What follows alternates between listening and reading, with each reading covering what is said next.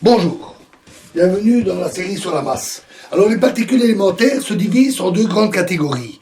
Il y a d'une part les particules appelées fermions, qu'on appelle parfois des particules de matière, qui ont un spin, c'est-à-dire la propriété de rotation comme une toupie, qui est quantifiée, et qui ont un spin de valeur 1,5.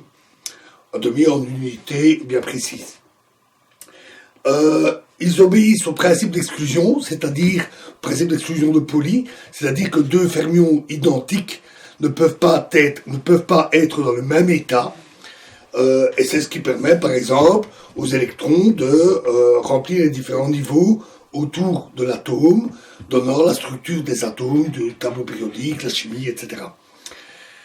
Et d'autre part, on a les bosons, qui ont un spin entier, 1, 0, 1, 2, etc., et qui ont plutôt la propriété d'être grégaires, c'est-à-dire tendance à se mettre dans le même état, ce qui explique certains phénomènes comme le laser, où les photons émis par un laser sont tous dans le même état quantique.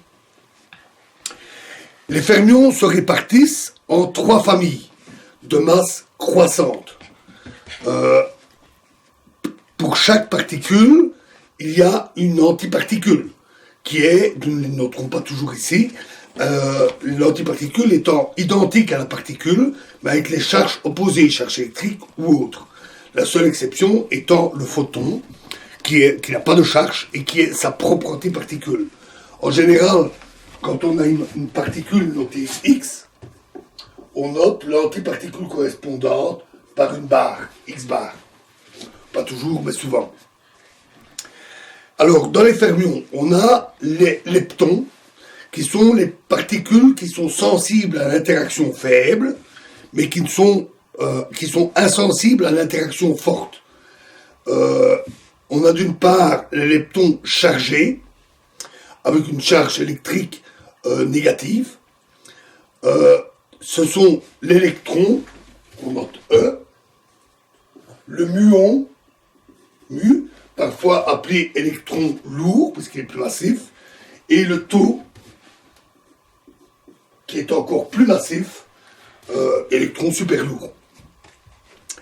À chacun de ces leptons correspond à un neutrino qui est de masse minuscule, infime.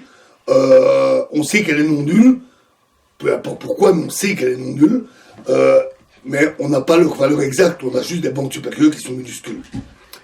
Ils sont neutres, sans charge électrique.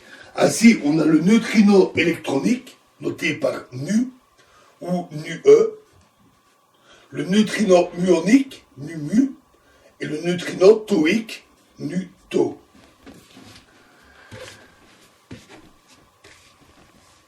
Ensuite, on a les baryons. Les baryons, ce sont toutes les particules qui sont sensibles à l'interaction forte, et également à l'interaction faible. Ils sont composés de quarks. Les quarks se répartissent, comme toujours ici, en 3 familles, avec la première famille composée du up, qui veut dire O, qui est noté U, le down, qui veut dire bas et qui est noté D. La deuxième famille, c'est le strange, ou étrange, noté S, et le charme, noté C. Ensuite, la troisième et dernière famille, les plus massifs, sont notés bottom, qui veut dire fond, mais en français on dit plutôt beauté, et le top, qui veut dire sommet, T. Il y a donc 6 quarks différents. Chacun porte des charges électriques négatives ou positives. Les particules composites sont donc les baryons sont donc composés de quarks. Ils se divisent en 2 classes, les hadrons, qui sont composés de 3 quarks, avec les couleurs qu'il faut pour que le total soit non coloré. Les plus légers sont appelés les nucléons, c'est le proton et le neutron. Le proton est composé des quarks U, U, D, et le neutron des quarks D, U, U. Et l'autre grande catégorie, ce sont les mésons, qui sont composés de deux quarks, plus exactement d'un quark et d'un antiquark. Le plus léger est le méson pi, qui existe sous trois états de charge électrique. Il y a le pi+, qui est U des bar, le pi-, qui d'ailleurs est l'antiparticule du pi+, est U bar D, et le pi0, qui est en fait une combinaison, une superposition quantique des états U bar et D bar.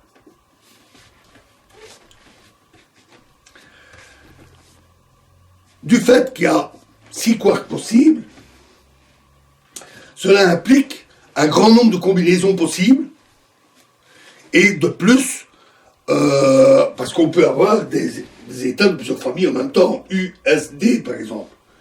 Et donc, beaucoup de particules possibles, et en plus, il faut tenir compte des états excités. C'est des assemblages des composites, un peu comme un atome, et ils peuvent donc être dans des états excités, qui donnent des particules différentes, souvent de durée de vie très très brève, quand ils se désexcitent.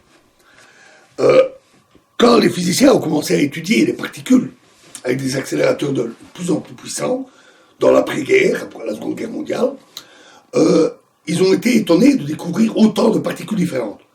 Plus ils montaient en énergie, et plus il y avait de particules. C'est ce qu'on a appelé le zoo des particules. Il y en avait beaucoup, beaucoup, beaucoup. On se demandait pourquoi il y avait une telle variété.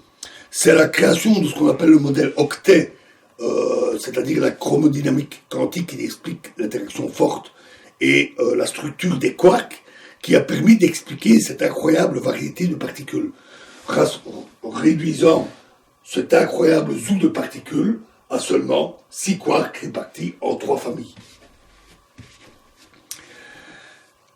À côté de tous ces fermions, on a donc les bosons élémentaires. On peut aussi avoir des particules composées qui sont des bosons. Les mésons, par exemple, en fait, ne sont pas des fermions, mais bien des bosons, parce qu'ils ont 2 quarks. 2 fois 1,5 égale 1, et donc ça donne un spin entier, et donc des particules qui sont en fait des bosons. Mais dans les bosons élémentaires, qui transmettent les interactions, on a le photon, qui est noté par la lettre gamma, qui est sans masse, sans charge électrique ou toute autre charge, et qui transmet l'interaction électromagnétique. On a les bosons intermédiaires, Z0, W+, W-, antiparticules l'un de l'autre.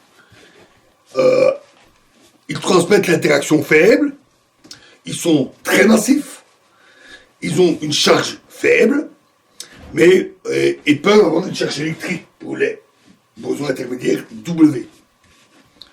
Ensuite, on a les gluons, notés G, tout simplement. Leur nom vient de glu, la colle, parce qu'ils assurent la colle de l'interaction forte dans les neutrons-protons et le noyau atomique, une colle très très forte. Ils transmettent donc l'interaction forte, ils sont sans masse, mais portent, et sans charge électrique, mais ils portent une charge de couleur. Ceci donne toutes les particules possibles, par ces combinaisons, ces assemblages, toutes ces particules élémentaires. Il faut en rajouter, on va dire 2. D'abord, la gravité, la 4e interaction fondamentale, qui devrait être transmise par une particule jamais observée, théorique, qui s'appelle le graviton. Et, comme je vous l'ai dit, la quantification de la gravité n'est pas sans poser de problème. Une particule serait sans masse, sans charge, très semblable au photon à 2 détails près. D'abord, le photon est couplé à la charge électrique, il transmet les interactions électromagnétiques, tandis que le graviton est couplé à la masse, ou plus exactement à l'énergie. Le graviton transmet l'interaction gravitationnelle.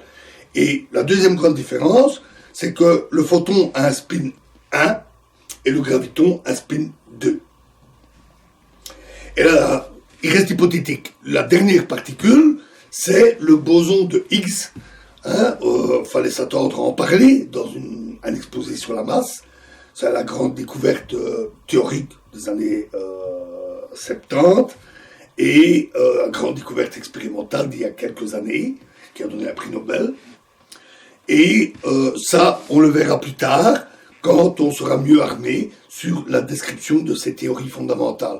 Parce qu'il y a malgré tout un assez long chemin à parcourir pour vraiment bien comprendre ce qu'est le X, comment il fonctionne, comment il interagit, comment il donne la masse.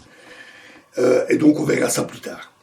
Dans la prochaine vidéo, nous allons parler de la masse des nucléons, le proton, le neutron, et il est utile de discuter d'où vient la masse des protons et des neutrons.